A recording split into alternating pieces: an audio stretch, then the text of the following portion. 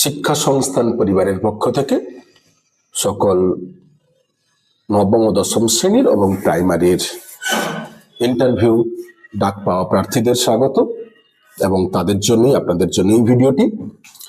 আমরা এর আগে অলরেডি ডেমনস্ট্রেশন 1 ডেমনস্ট্রেশন 2 বলে দুটো ভিডিও অলরেডি আপলোড করেছি এবং সেখানে অলরেডি আলোচনা করেছি কি কি করা উচিত, কি করা উচিত নয়।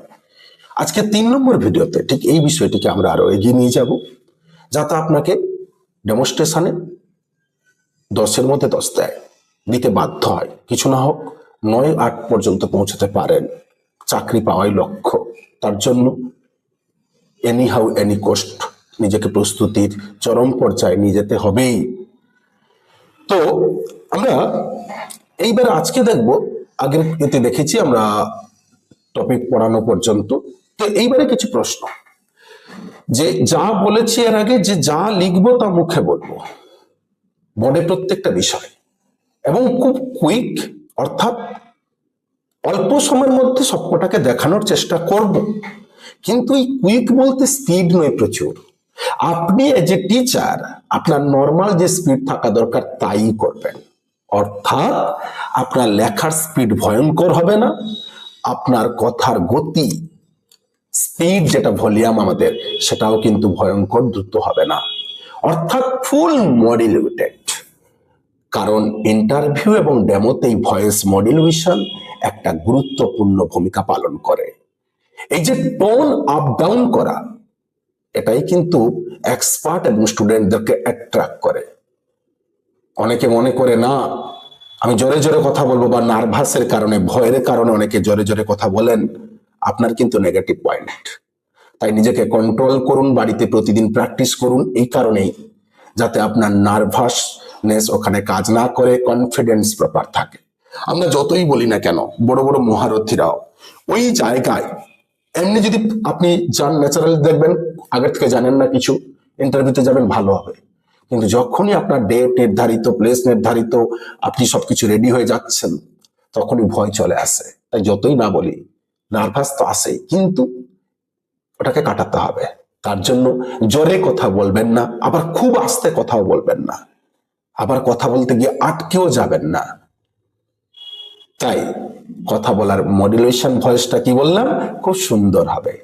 আপনার ভয়েস নরম হতে পারে, সুর একদম হালকা ভাষায় কথা বলেন, বা কেউ গম্ভীর কারো ভয়েস হতেই পারে, কিন্তু যার যেটা ভয়েস সেটাই ন্যাচারাল।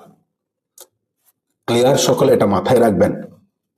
নাম্বার 2, এক্সপার্টদের দিকে কিন্তু প্রতিটা ক্ষেত্রেই তাকাবেন, এক্সপার্ট ছাড়া অন্য কোনো দিকে নয়, কারণ আই কন্ট্যাক্ট একটা ইম্পর্টেন্ট রোল করে।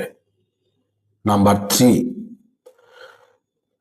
ইন্টারভিউয়ারদের বুঝতে দেবেন না কোনোভাবেই যদি আপনার নার্ভাসনেস থাকে যে আপনি নার্ভাস। তাহলে তার জন্য কি বললাম, কথা বলার টোনটাকে সুন্দর করে এগোন। এবং নেক্সট পয়েন্ট, বানান ভুল করবেন না। এটা অনেকে করে। কোনোভাবেই আপনাকে বোর্ডে বলেনি কেউ 20 লাইন লিখতে, আপনি বোর্ডে টোটাল 10 থেকে 15টা শব্দ লিখুন, মুখে বেশি ব্যাখ্যা করুন, ছবি আঁকুন, কিন্তু যেটুকু লিখবেন প্রপার বানান হওয়া উচিত। বানান আগের থেকে, তাই বলেছি নিজে বাড়িতে লিখুন কি বলবেন না বলবেন, প্রত্যেকটা ক্ষেত্রে, পড়ানোর ক্ষেত্রে বানান। এবারে এই সময় অনেকে লিখতে গিয়ে খুব ছোট সাইজ লেখে, খুব বড় না, মিডিয়াম সাইজ লিখুন।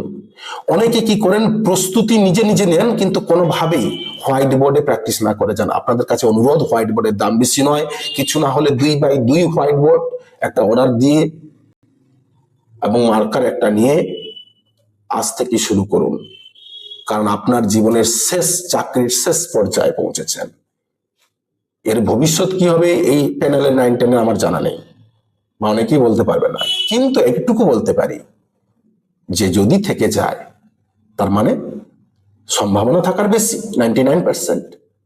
তাই নেগেটিভ না ভেবে পজিটিভলি প্রিপারেশন নিন, যাতে সারাটা জীবন আপনি, আপনার পরিবার প্রত্যেকে হাসি খুশিতে দিন কাটাতে পারে, করুণায় নয়। নিজের মাথা উঁচু করে, টিচিং প্রফেশন একটা নোবেল প্রফেশন, শিক্ষক জাতির মেরুদণ্ড, আমরা মানুষ তৈরি করার কারিগর। তাই এইটুকু মাথায় রাখবেন। তাই প্রস্তুতিটা কিন্তু এই জায়গায় বারবার শুরু করুন। আরেকটি কথা এখানে আমি বলবো যে পড়ানোর সময় যদি কোনো শব্দ লেখেন তাকে হাইলাইট করতে হলে হাইলাইট করুন, গোল রাউন্ড করে দিন, যাতে এক্সপার্টরা বুঝতে পারে যে না ইনি পড়াতে পারেন, স্টুডেন্টদেরকে বোঝাতে পারেন কোনটা হাইলাইট নয়। এইবারে আরেকটি জিনিস, হাতের অক্ষর যদি কারোর পরিষ্কার না থাকে কিছু করার নেই, চেষ্টা করুন। হাতের অক্ষর খারাপ হতে পারে কিন্তু পরিষ্কার রাখার, পরিষ্কার ভাবে লেখার। স্পিড খুব কম হবে না, খুব বেশিও হবে না, আগেই বলেছি। এবং এই জায়গায় অনেকের কনফিডেন্স না থাকার কারণে, নার্ভাসের কারণে মার্কার ডাস্টার হাত থেকে পড়ে যায়। ভুলেও এই কাজটি করবেন না। আপনাদের কাছে আমাদের বিনীত অনুরোধ, কারণ এটা বোঝায় আপনি নার্ভাস। তার মানে আপনাকে ডেমো টাইম কয়েকটা জিনিস করা যাবে না। প্রথমত কথা বলার সময় ততলানো যাবে না, বানান ভুল লেখা যাবে না, বানান সঠিক উচ্চারণ জায়গা ছাড়া অশুদ্ধ উচ্চারণ করা যাবে না, ওকে। অপ্রাসঙ্গিক কথা বলা যাবে না, এক্সপার্টের দিকে না তাকিয়ে কথা বলা যাবে না, এবং কল্পনার কোনো কাল্পনিক সংযোজন করবেন না। ভয়েস খুব গতিতে হবে না, খুব জোরে হবে না, মডুলেটেড হবে। এই বিষয়গুলোকে মাথায় রাখুন। পরপর আমাদের 3টে ডেমনস্ট্রেশনের ভিডিওগুলোকে সিরিয়ালে সাজান।